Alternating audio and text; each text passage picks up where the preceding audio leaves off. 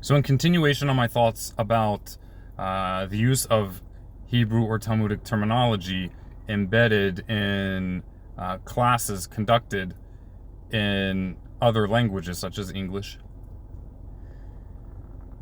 some people may be intimidated by it, and that's understandable. My approach to this regard, and I really suggest this for everybody, and not just with Hebrew, but with other languages as well.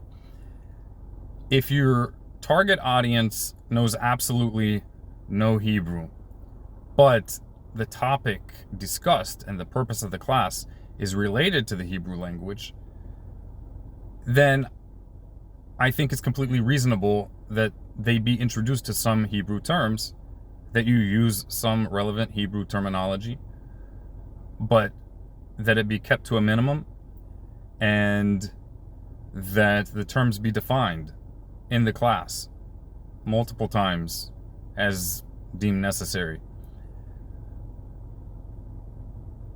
If you're speaking to an intermediate level audience, then use more Hebrew terminology. Use as many Hebrew terms in your English as you think they are likely to already know or are familiar with. Define them according to what you think they may need help being clarified, and include maybe just one, at most two new terms in a new video, and certainly define those terms. That's for intermediate people. And then if you're speaking to people who are at a more advanced level, even if they're not fluent, but they're at a much more advanced level, and there are levels to learning languages. It's not just beginner and then magically fluent, and it's not just beginner, intermediate, and magically fluent.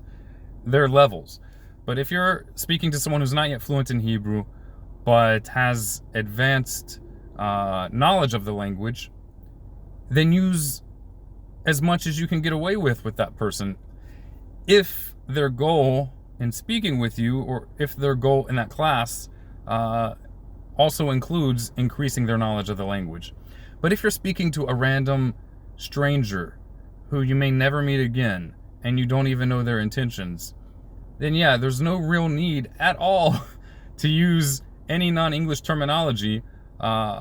And while there are certain terms in Hebrew that can't easily be translated with one word into English, if it's someone you don't know their background, and you don't really know what they want to know, it's probably best that we try to avoid even discussing such topics if there's no English equivalent to the term.